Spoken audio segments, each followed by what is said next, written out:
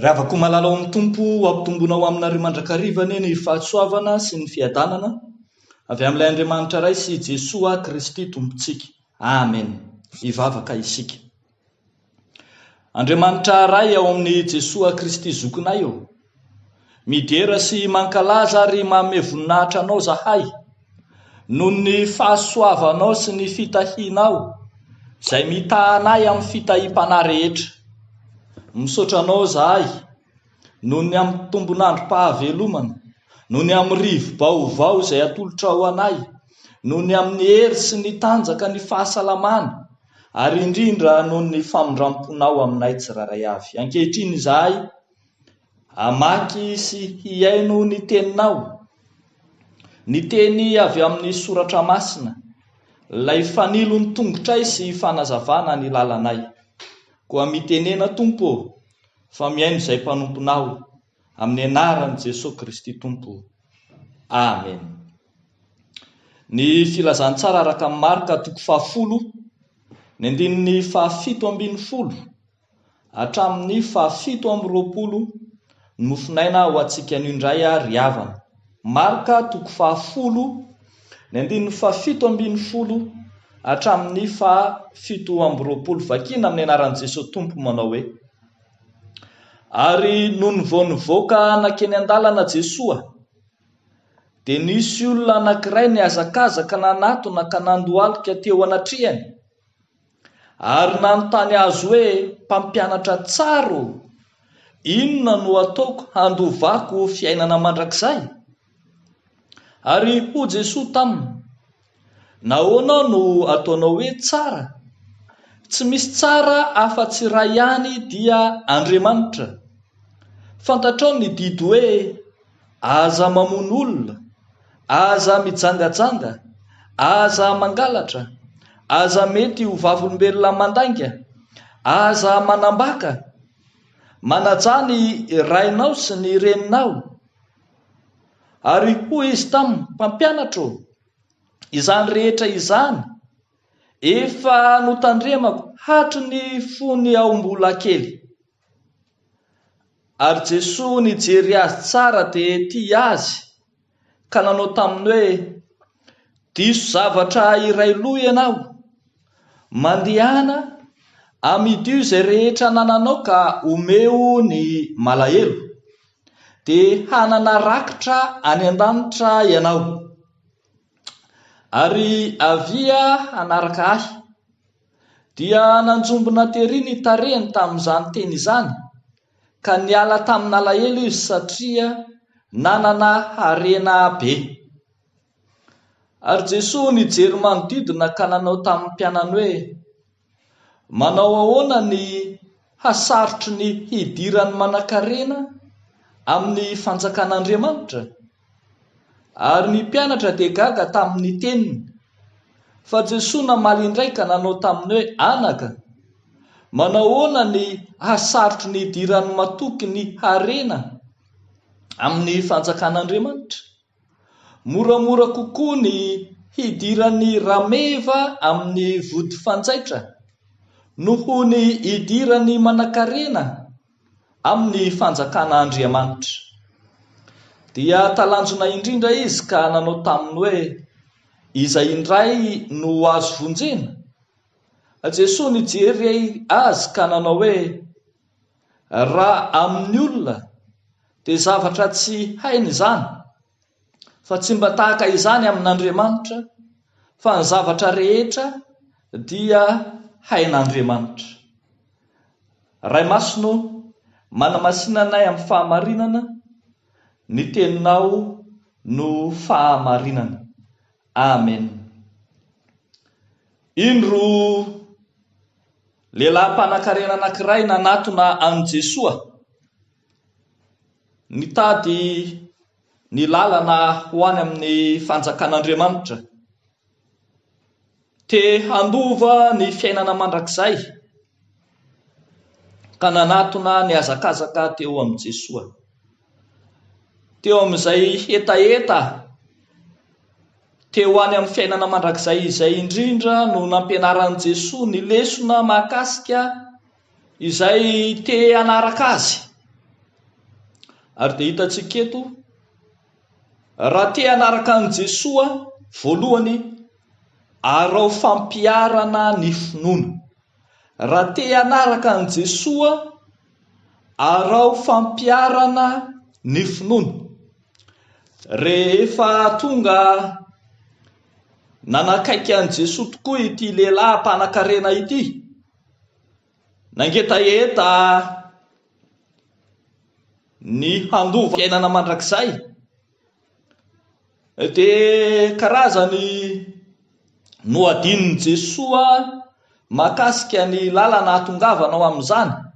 Ary dia hita teo fa azo heverina hoe tapany any ny dingana nataonyity namana ity. Tena nanana finoana izy, tena nanana fahalalana izy, tena nahay ny lalàna izy, nitandrina ny lalàna izy ary mahafantatra n'Andriamanitra tsara izy. Eto ary dia teneniny mihitsy ny karakteristika na ny toetra n'Andriamanitra toy hoe mpampianatra tsara, sady ekeny ho mpampianatra Jesosy no hasoaviny amin'ny hoe tsara. Fa saingy rehefa tonga ny valitenin'i Jesosy dia nalahelo sy nanjombona tery izy. Raha miteny Jesosy manao hoe mandehana midino ny fanananao rehetra, ka omeo ny malahelo dia hanana rakitra any an-danitra ianao. Rehefa malala, lehilahy efa niaina ny soratra masina hatramin'ny fony-mbola kely, ity mangetaheta ny fanjakan'Andriamanitra ity, kanefa tsy tantaratra teo amin'ny fiainany ny fampiarana izany finoana izany. Tena zava-dehibe rehefa malala ny manana finoana lalipaka. Tena zava-dehibe ny mahafantatra momba an'Andriamanitra, ny mahalala soratra masina, ny mianatra soratra masina, ny be finoana azy. Fa mbola zava-dehibe mihoatra noho izany no fampiarana izay inoana ahatonga antsika hanana ny fanalahidy ho any amin'ny varavaran'ny fiainana mandrakizay. Ambaran'i Jesosy Kristy fa miankina amin'ny fampiarana izay fantatra, izay inoana ny fananana rakitra any an-danitra. Marobe ry havana ny mpino izay metehitra fotsiny amin'Andriamanitra amin'ny fivavahana, amin'ny finoana kristianina. Metehitra fotsiny amin'Andriamanitra satria fantatra fa Andriamanitra dia mamela heloka, fantatra fa Andriamanitra dia mamindra fo, fantatra fa Andriamanitra dia mamaly vavaka, fantatra fa Andriamanitra dia mitahy. Dia variana fotsiny ny mpino mitavandra, ny fahasoavan'Andriamanitra sy ny fitahian'Andriamanitra ka tsy manaiky akory hampiasa na dia ny ampahan-kely fotsiny aza ny fampiarana izay raisina amin'Andriamanitra. Variana mampiasa an'Andriamanitra irery ny mpino ka adinony ny miasa ho an'Andriamanitra. Variana mampiasa an'Andriamanitra irery ny mpino ka adinony ny miasa ho an'Andriamanitra. Rehefa malala lesona lehibe ho antsika, tsy ahatonga antsika anjombona ery na halahelo rehefa eo anoloany ny fanadinan'Andriamanitra, dia ilaina sitakina ny ampiarana amadiana ho asa ny finoana ka ahatonga antsika hanana finoana miasa, finoana mampiatra, finoana izay tsy mijanona ho teoria fotsiny. Fa lesona lehibe faharoa koa rehefa malala izay hitantsika eto amin'ity soratra masina ity. Raha te hanaraka an' Jesosy isika dia reseho ny fakapanahy ny fitiava-karena, reseho ny fakapanahy ny fitiavan-karena. Teo aloha hitantsika fa niala tamin'ny alahelo nanjombona tery ilay mpanan-karena rehefa tsy nanaiky hanolotra ny hareny ho an'ny malahelo. Fa manazava misimisy kokoa Jesoa eo amin'ny 7:20 hatramin'ny 7:20 amin'ny tapany faharoa amin'ity mofinaina ity, fa ny fitiavan-karena dia toa lasa zary sakana mihitsy hidirana ho any amin'ny fanjakan'Andriamanitra. Fakapanahy lehibe eo anoloan'ny mpino ny harena, ka indraindray manakana ny mpino tsy ahazo ny tena harena, dia ny harena ny fanjakan'ny lanitra zany. Mampianatra Jesosy Kristy eto fa aleo ajanona any aoriana avokoa izay rehetra manakana antsika tsy ho any amin'ny fanjakan'Andriamanitra, fa ny fifikirana amin'ny harena mantsy, ny fifikirana amin'ny harena hita maso, dia tonga sakana ho amin'ny fidirana amin'ny fanjakan'Andriamanitra. Haitsika tsara ny toyan'ny fampianaran'i Jesosy raha mamaky isika. Amin'ny 7:20 dia hoy Jesosy hoe tsy misy olona ne ka efa nahafoy trano na rahalahy na anabavy na reny na ray na zanaka na tany noho ny ampy sy ny filazany tsara ka tsy handray zato eny amin'izao andro ankehitriny izao, dia trano sy rahalahy sy anabavy sy reny sy zanaka sy tany mba amin'ny fanenjehana ary amin'ny andro avy dia fiainana mandrakizay. Fanalahidy iray ry havana azontsika manaraka tsara ny Jesoa ny fandavana ny tena sy izay ananana ka mitondra ny azo fijalian'ny Tompo, araka ny teniny hoe na iza te hanaraka dia aoka izy handany tenany sy tondra ny azo fijaliana isan'andro ka anaraka ahy.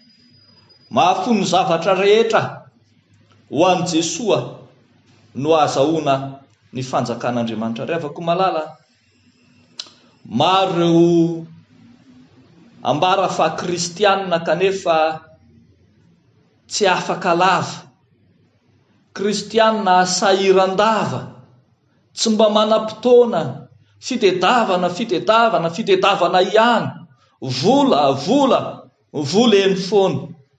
Eny, toa tsy manam-potoana ho an'Andriamanitra intsony aza indraindray. Revako malala, toa lay fitadiavana mahazaka maniraka, lay fitedavana ny hoanina, ny hosotroana, ny hotafiana amin'ny andavanandrom-piainana indray, matetika no toa lasa sakana tsy azahoana ny fanjakan'Andriamanitra. Haitsika tsara ny tenin'i Jesosy ry havana, fa katsao aloha ny fanjakany sy ny fahamarinana dia hanampy anao ny zavatra rehetra. Raha te hanaraka an'i Jesosy marina renao, reseo ny fakapanahy ny fitiavan-karena. Tsy ny harena no ratsy, tsy ny vola no ratsy, fa ny fanakalozantsika izany any Kristy dia tena sakana tsy hidirantsika amin'ny fanjakan'Andriamanitra mihitsy. Mampiorina mino ny fizahan-toetra, zahan-toetra manoloana ny harena ny mino, zahan-toetra manoloana ny finoana sy ny harena sy ny zavatra hita maso ny mino, ka izay mahatohitra izany dia omena ny fanalahidy ny fiainana mandrakizay. Dia n'Andriamanitra ireriany ny voninahitra ho amintsika izany tenin'Andriamanitra izany. Amen. Hivavaka isika. Raha eo falo misaotra anao zahay miteny tsy misorona aminay fa tsy ny harena no ratsy fa ny fitiavan-karena diso tafahoatra, izay anakalozanay anao sy ny fanompona anao mihitsy aza indraindray. Tonga fakapanahy sy sakana lehibe amin'ny fanomponay anao ny fitiavanay ny harena. ankehitriny Tompo dia vonona izahay noho ny amin'ny teninao, hanolotra ny tenanay sy izay momba ny tenanay hahafony zavatra rehetra ho anao Andriamanitra. Fa eto ihany koa izay dia mivavaka aminao ho an'ny firenenay, ho an'ny elanelan'ny eo ampelantanan'ny manan-karena sy ny tsy manana. Hitanao ny hantsana manelanelana izany ka angatahanay aminao Jesoa, ny hanarenanao izany ka ananan'ny vahoaka anjara amin'ny fitahiana. Dia matoky manana anao zahay, ry Andriamanitra rainay masina sy tsara indrindro, ary ataonay izany mivavaka izany amin'ny anaran'i Jesosy Kristy Tomponay. Amen.